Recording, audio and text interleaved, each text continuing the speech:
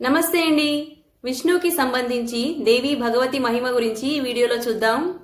పూర్వకాలంలో ప్రళయావస్థలో ఎప్పుడైతే ముల్లోకాలు మహాజలరాశిలో మునిగిపోయి ఉంటాయో అప్పుడు దేవాది దేవుడైన శ్రీ మహావిష్ణువు శేషశాయి మీద పడుకొని నిద్రలోకి జారుకుంటాడు. విష్ణు భగవానుడి చెవుల మైల నుంచి మధు కైటభ అనే ఇద్దరు దానవులు ఉత్పన్నమవుతారు. మహాబలిష్ఠులైన వారిద్దరూ ఆ మహాసాగరంలో పెరుగుతూ పోతారు. వారిద్దరూ 1000 సంవత్సరాల వరకు కఠోర తపస్సు చేస్తారు. దానితో అమ్మవారు వారి మీద చాలా ప్రసన్నం చెందుతుంది. ఆకాశవాణి రూపంలో అమ్మవారు వారిద్దరిని ఏం వరం కావాలో కోరుకోండి అన్నప్పుడు వారంటారు, హే దేవి, మాకు మృత్యు ఇచ్ఛానుసారంగా అవ్వాలి అని వేడుకుంటారు. తర్వాత మదోన్మాదంతో జీవుల మీద అత్యాచారం చేయడం మొదలు పెడతారు. బ్రహ్మదేవుడి దగ్గరికి వెళ్లి యుద్ధం చేస్తావా లేదా నీ పద్మాసనం వదిలి వెళ్తావా అని అంటారు. బ్రహ్మదేవుడు అప్పుడు అనుకుంటాడు, ఈ దైత్యుల బలం గురించి నాకు ఎటువంటి జ్ఞానం లేదు. శేషశాయి మీద నిద్రిస్తున్న చతుర్భుజి మరియు పరాక్రమి శ్రీ మహావిష్ణు భగవానుడిని లేపడమే ఈ సమయంలో ఉచితం. వారే ఈ విపత్తి నుంచి నన్ను దూరం చేయగలరు అని అనుకుంటాడు. బ్రహ్మదేవుడు మనస్సులో విష్ణు భగవానుడిని ధ్యానించి వారికి శరణాగతుడై, హే దేవేశ, హే హరి, హే విష్ణు, మీరు లేవండి, నన్ను రక్షించండి అని వేడుకుంటాడు. మదోన్మాదులైన ఈ ఇద్దరు దైత్యులు నన్ను వధించడానికి చూస్తున్నారు. నేను సంకటంలో ఉన్నాను. ఈ దుఃఖంలో నుంచి నన్ను దూరం చెయ్యి. హే దేవేశ, ఇప్పుడు నువ్వు నన్ను రక్షించకపోతే నీ జగత్పాలన నియమం నిరర్థకమని బ్రహ్మదేవుడు అంటాడు. బ్రహ్మదేవుడు ఈ విధంగా స్తుతించిన యోగ నిద్రలో ఉన్న ఆ శ్రీ మహావిష్ణువు లేవడు. అప్పుడు బ్రహ్మదేవుడు ఇలా అనుకుంటాడు, ఖచ్చితంగా విష్ణు భగవానుడు శక్తి ఆధీనమై యోగ నిద్ర వశంలోకి వెళ్లిపోయాడు. అందుకనే ఈ ధర్మాత్మ లేవటం లేదు అని అనుకుంటాడు. అహంకారంతో ఆ ఇద్దరు దానవులు నన్ను వధించడానికి వస్తూ ఉన్నారు. నేనిప్పుడు ఏం చెయ్యను, ఎక్కడికి వెళ్లను, ఎవరి శరణు వేడను? ఇలా ఆలోచిస్తూ బ్రహ్మదేవుడు ఏకాగ్రచిత్తుడై ఆ భగవతి యోగ నిద్ర గురించి స్తుతి చేయడం మొదలు పెడతాడు. ఎలా అయితే మృతించిన ప్రాణికి శబ్దం మరియు గుణాల జ్ఞానం ఉండదో అలానే కళ్ళు మూసుకొని నిద్రిస్తున్న ఆ విష్ణు భగవానుడికి జ్ఞానం లేదు. ఎప్పుడైతే ప్రాణి ఒకరి వశంలోకి వెళ్లిపోతుందో అప్పుడు ఖచ్చితంగా అది వారి దాసి అని అనుకోవాలి. అందుకే ఇప్పుడు లక్ష్మీపతి విష్ణు భగవానుడికి కూడా ఆ యోగ నిద్రయే స్వామిని అయ్యింది. ఏ శక్తి ద్వారా అయితే సింధు పుత్రి లక్ష్మీదేవి వశంలో ఉన్న విష్ణు భగవానుడు వశీభూతమయ్యాడో అదే భగవతి ఖచ్చితంగా ఈ సమస్త జగతిని తన ఆధీనంలో పెట్టుకొని ఉంది. నేను బ్రహ్మ, విష్ణు, మహేశ్వరుడు, సావిత్రి, లక్ష్మి మరియు పార్వతి వీరంతా ఆ భగవతి ఆధీనంలోనే ఉన్నారు. ఇందులో ఎటువంటి సందేహం లేదు. ఎలా అయితే సామాన్య ప్రాణి పడుకొని నిద్రిస్తుందో అలానే ఆ శక్తి వశీభూతమై విష్ణు భగవానుడు కూడా నిద్రపోతున్నాడు. ఇలా ఉన్నప్పుడు ఇక అన్య మహాపురుషుల గురించి ఏం చెప్పగలం? అందుకనే నేను యోగ నిద్ర గురించే స్తుతిస్తాను. వారి కృపతో నిద్రముక్తుడై జనార్దనుడు, సనాతనుడు, వాసుదేవ భగవానుడు యుద్ధం కోసం నిలబడతాడు. కమలం మీద కూర్చొని బ్రహ్మదేవుడు యోగ నిద్ర గురించి ఇలా స్తుతిస్తాడు, హే దేవి, సమస్త జగతికి మీరే కారణం. సంపూర్ణ విశ్వానికి జ్ఞానాన్ని ప్రసాదించే పురుషోత్తముడైన ఆ శ్రీ మహావిష్ణువు కూడా యోగ నిద్ర వశంలోకి మీ శక్తి ద్వారా వెళ్లిపోయాడు. బుద్ధి రూపంలో మీరు సమస్త జగతికి జ్ఞానాన్ని పంచేవారు. లక్ష్మి రూపంలో సదా దేవతలకు సుఖాన్ని ప్రసాదించేవారు. హే మాత, మీరు సంపూర్ణ ప్రాణులలో కీర్తి, మతి, ధృతి, కాంతి, శ్రద్ధ మరియు రతి రూపంలో ఉంటారు. వేద శాస్త్రములలో పారంగతులైన విద్వానులు మిమ్మల్ని సరిగా తెలుసుకోలేరు. వేదాలు కూడా మిమ్మల్ని పరిపూర్ణంగా తెలుసుకోలేవు. ఎందుకంటే ఆ వేదాలను ఉత్పత్తి చేసినది మీరే. నేను బ్రహ్మ, విష్ణు, మహేశ్వరులు, దేవతాగణాలు, మునిగణాలు మరియు తత్వజ్ఞులు ఎవరు మీ చరిత్రను సరిగా అర్థం చేసుకోలేము. కానీ మీ రహస్యమైన కార్యకలాపం మాత్రం ప్రత్యక్షంగా దర్శనం చేసుకోగలం. హే దేవి, యజ్ఞం సమయంలో ఎప్పుడైతే వైదిక విద్వానులు స్వాహ అనే నామోచ్చారణ చేయరో అప్పుడు దేవతాగణాలకి వారి యజ్ఞభాగం ప్రాప్తమవ్వదు. మీ ద్వారా ఏ దేవతాగణాలకి భారణ పోషణ జరుగుతుంది. మీరే స్వాహ, స్వాదా కూడా. ఈ సంసారంలో ఎవరైతే ప్రాణి మీ చరణములలో భక్తిభావం ఉంచుతారో ఆ ప్రాణి ధన్యం. అన్య ఇతర దేవతల ఉపాసన త్యజించి సమస్త కోరికలను తీర్చే కామధేను మరియు సంపూర్ణ జగతికి జనని అని తెలుసుకొని మిమ్మల్ని ఉపాసన చేసేవారు ధన్యులు. బుద్ధి, కాంతి, యశస్సు, శుభవృత్తి ఆది గుణాలు ఈ సమయంలో విష్ణు భగవానుడిని పరిత్యాగం చేసి ఎక్కడికి వెళ్లిపోయాయి? యుగానికి ప్రారంభంలో మీరే సర్వప్రథమంగా విష్ణు భగవానుడిని సృజన చేశారు. అందరి పాలన కోసం వారికి నిర్మల శక్తిని ప్రసాదించారు. ఈ విధంగా మీరు సమస్త జగతిని రక్షించారు. హే దేవి, నన్ను సృష్టించి నన్ను నష్టం చెయ్యాలి అన్న ఉద్దేశం లేకపోతే ఈ మౌనం త్యాగం చేసి నా మీద దయ చూపండి. హే భగవతి, మీరు ఇప్పుడు మీ అద్భుత రూపాన్ని ధరించండి. హే బాలలీలాకారిణి, ఇప్పుడు మీరు మీ ఇచ్ఛానుసారంగా నన్ను వధించండి, లేదా ఇద్దరు దానవులను మీరు వధించండి, లేదా విష్ణు భగవానుణ్ణి లేపండి. దానితో వారు వారిద్దరినీ వధిస్తారు. ఈ అన్ని కార్యాలను చేసేందుకు మీరే సమర్థులు.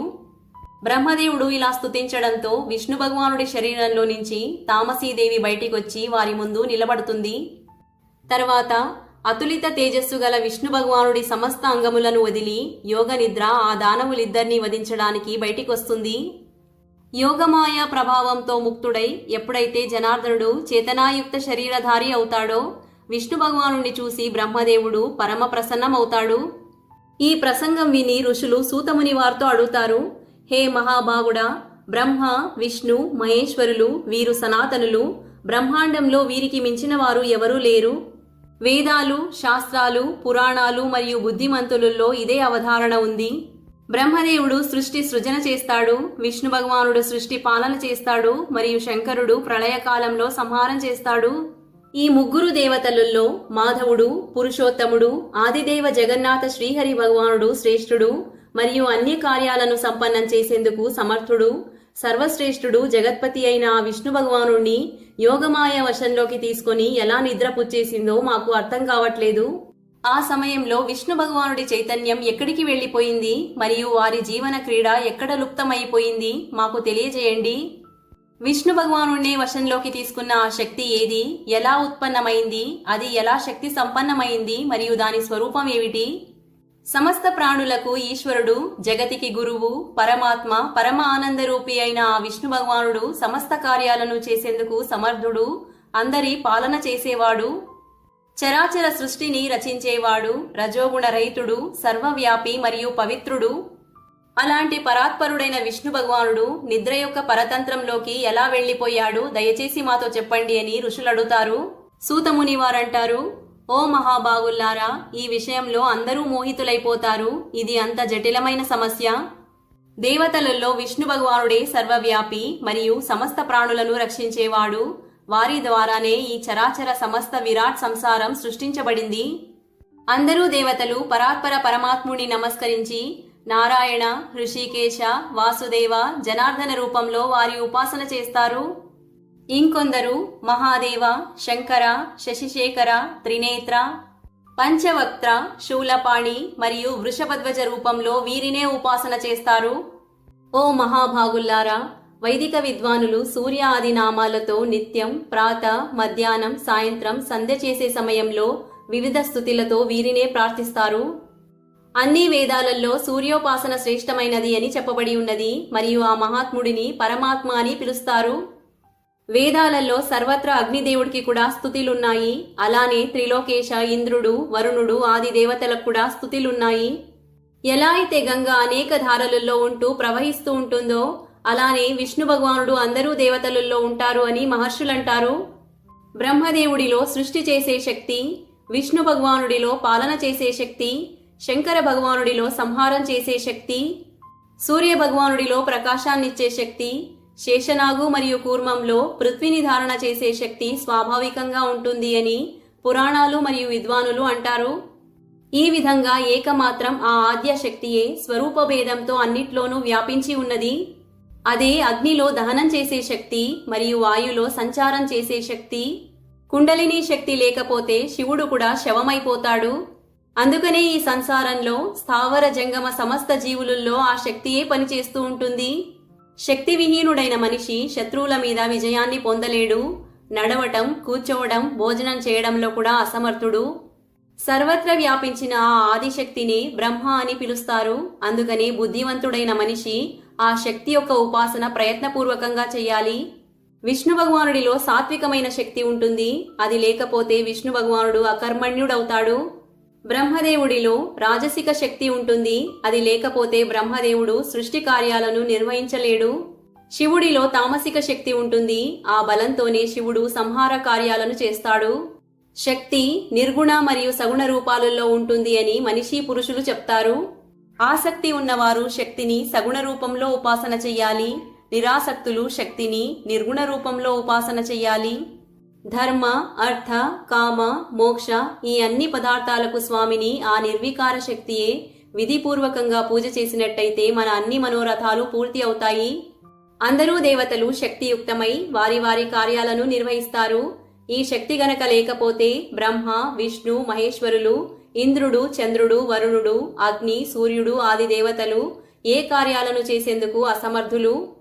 కలియుగంలో అనేక రకాల అవైదిక మరియు భేదంతో ఉన్న ధర్మాలు ఉత్పన్నమవుతాయి. ఇతర యుగాలలో అవి కావు.